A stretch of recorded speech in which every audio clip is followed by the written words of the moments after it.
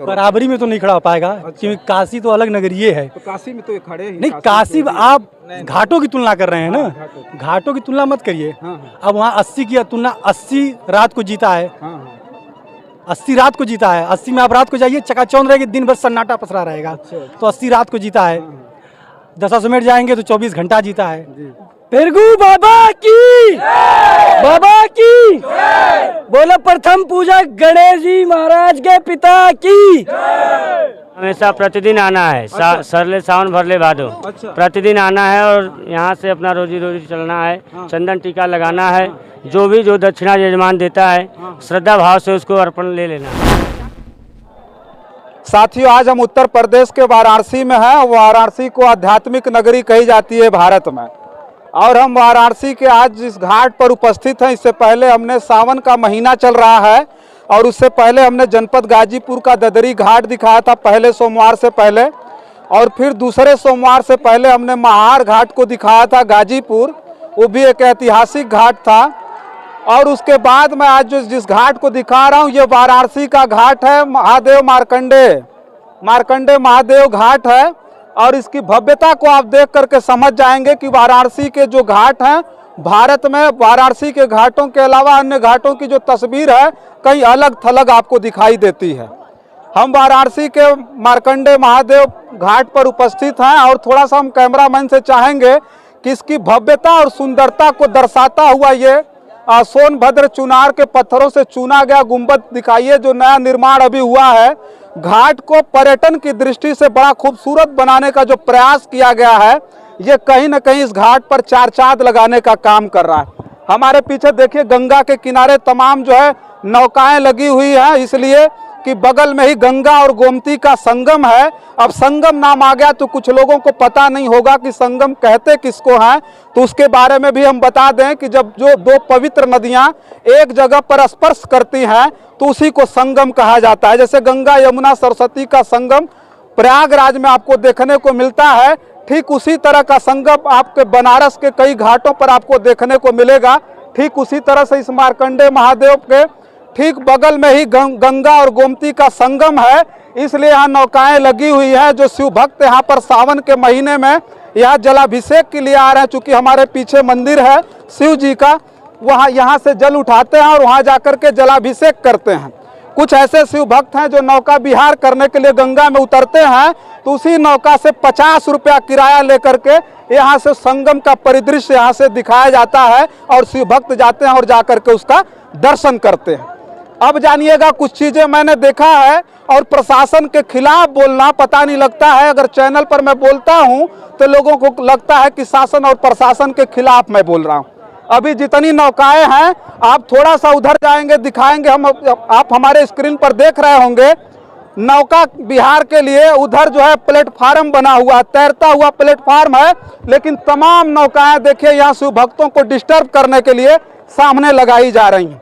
अभी यहाँ जब क्राउड होगा, जब यहाँ भीड़ होगी, तो यही असुविधा का वो बन जाएगा, जान लीजिए असुविधा की स्थिति यहाँ पर पैदा होगी। बस मैं इतना कहना चाहता हूँ कि प्रशासन को यहाँ पर ध्यान रखना चाहिए, लेकिन इस तरह का कोई ध्यान नहीं है। लेकिन हम दिखाने जो आए हैं घाट को, मार्कंडे महादेव के इस घाट को मैं दिखा रहा हूँ।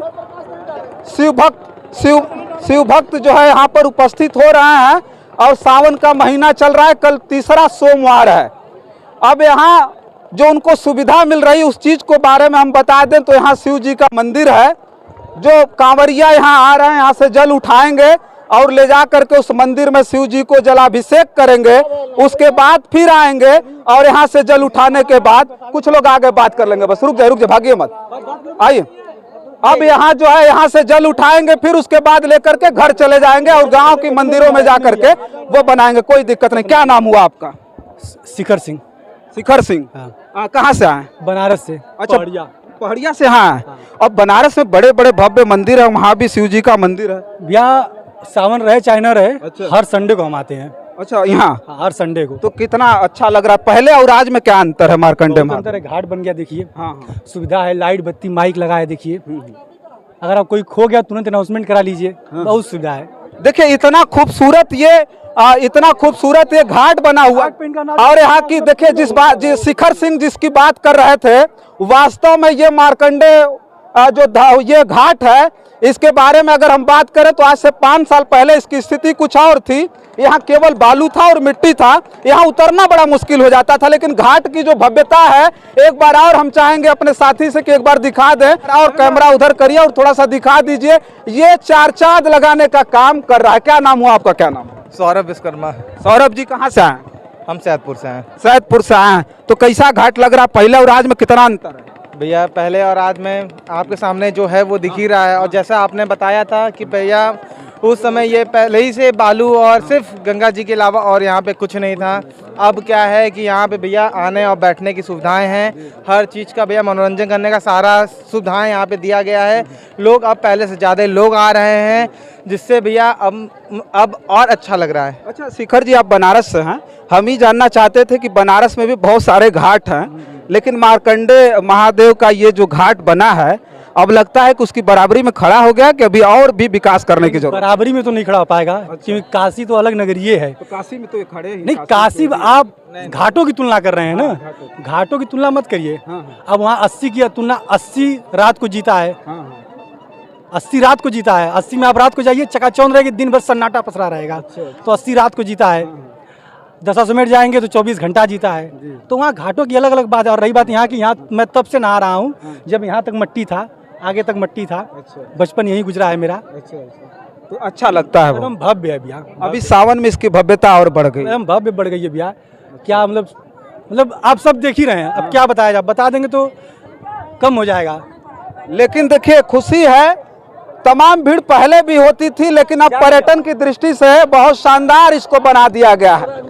क्या नाम भैया? अनुराग मिश्रा। अच्छा, ये टोली के अध्यक्ष हैं क्या? नहीं, मैं भी भाइयों की तरह ये संयोजक। हाँ सर। कहाँ से आए? बलिया, बागी बलिया। बागी बलिया से आए? भाई देख लीजिए, बागी बलिया से चल करके मार्कंडे महादेव का दर्शन करेंगे और जलाभिषेक करेंगे। जी बिल्कुल, एक बार फिरगू बाबा की, बाबा की बोलो, प्रथम पूजा गणेश जी महाराज के पिता की। तो देखिए ये लोग हैं जो बागी बलिया से चल करके आए हुए हैं, और बागी बलिया, अगर बागी का नाम ही आ जाता है तो लोगों के अंदर बड़ा ज्यादा सनसनाहट पैदा हो जाती है। बागी बलिया के कुछ शेर हैं, पैदल आ रहे हैं वहाँ से? नहीं, गाड़ी से। आज गाड़ी से 12 बजे जल उठाएंगे। अच्छा। और कल जल चढ़ाना होगा। फिर कल लौट जाएंगे? दौड़ते हुए आज रात को ही। अच्छा। हाँ जी।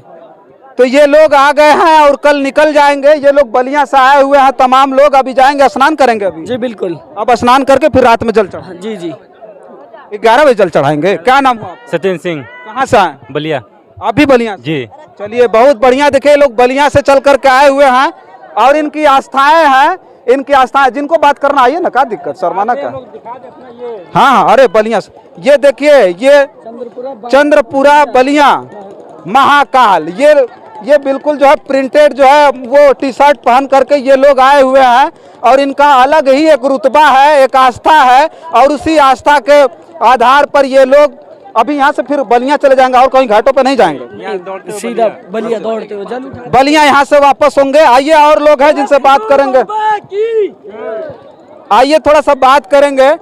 जो यहाँ जो लोग पंडा के रूप में यहाँ पर बैठे हुए हैं, इनको जो है बनारस में आएंगे तो इनका बड़ा महत्व है। बनारस के घाटों पर जो पंडा होते हैं उनका बड़ा महत्व होता है, क्योंकि वो माथे पर लोगों को चंदन लगाते हैं और मंत्रों का उच्चारण करके लोगों को जो है शुभकामनाएं देते हैं। आइए उनसे हम बात करते हैं और बात करके थोड़ा सा हम दिखाएंगे आपको।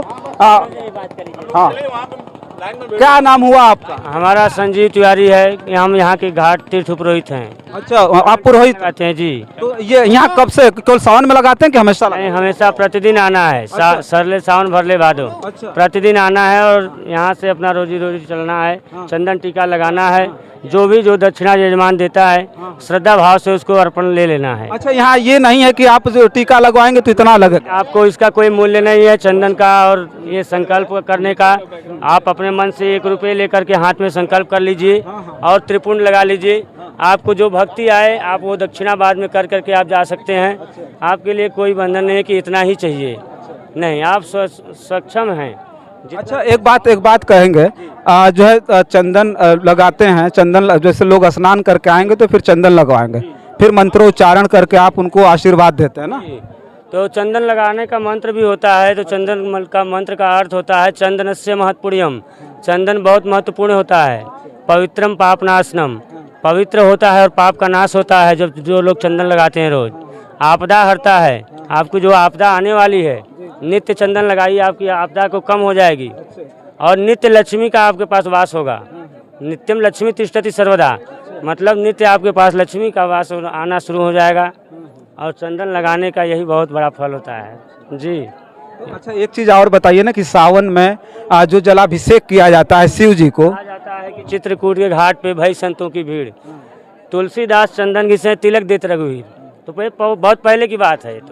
तो आजकल भी हमारे युग में लोग पहले के रामायण के हिसाब से, भगवान के हिसाब से पूजा पाठ करते हैं और जल चढ़ाते हैं श्रद्धा भक्ति से। सभी लोग, हमारे गांव के लोग, नित्य लोग चंदन लगा करके ही जल चढ़ाते हैं और दर्शन करते हैं। हाँ। यहाँ देख रहे हैं बोरी में चावल रखा हुआ, ये कैसा? अपने घर से जो है जिसको जितना श्रद्धा भक्ति होता है, जो घाट पे लाके दान करते हैं। हाँ, जो भी अपना पाव भर 1.5 पाव, जो भी 1 मुट्ठी 2 मुट्ठी, जितना भक्ति बनता है ला करके यहाँ ब्राह्मण को अन्नदान का फल मिलता है। यहाँ गंगा किनारे अन्न क्षेत्र बोला जाता है। गंगा जी ही सबको भरती हैं अन्न धन से। हाँ, यहाँ जो अन्न का दान किया वो समझ लो महादान किया। हाँ, अन्नदान महादान।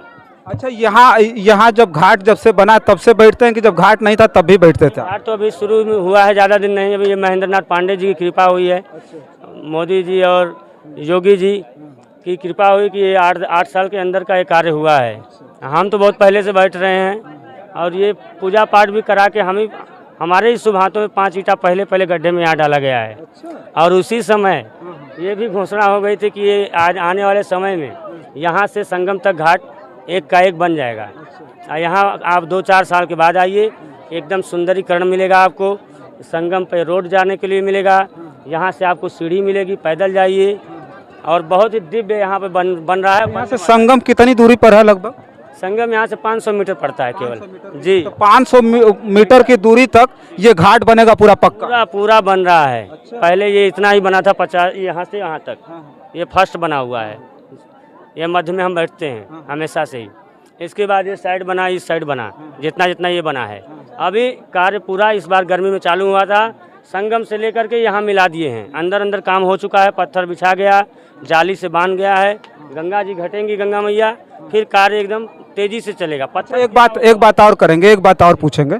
जैसे हमने देखा है लोगों की भीड़ आ रही है, जो शिव भक्त है यहाँ आ रहे हैं जलाभिषेक करने के लिए, और जो नौकाएं हैं यहाँ किनारे लगा दी जा रही हैं, तो इससे तो असुविधा होगी कि नहीं भक्तों को? होगी, बताइए। उससे नाव से कोई असुविधा नहीं है, बल्कि जो है कि सुविधा होती है।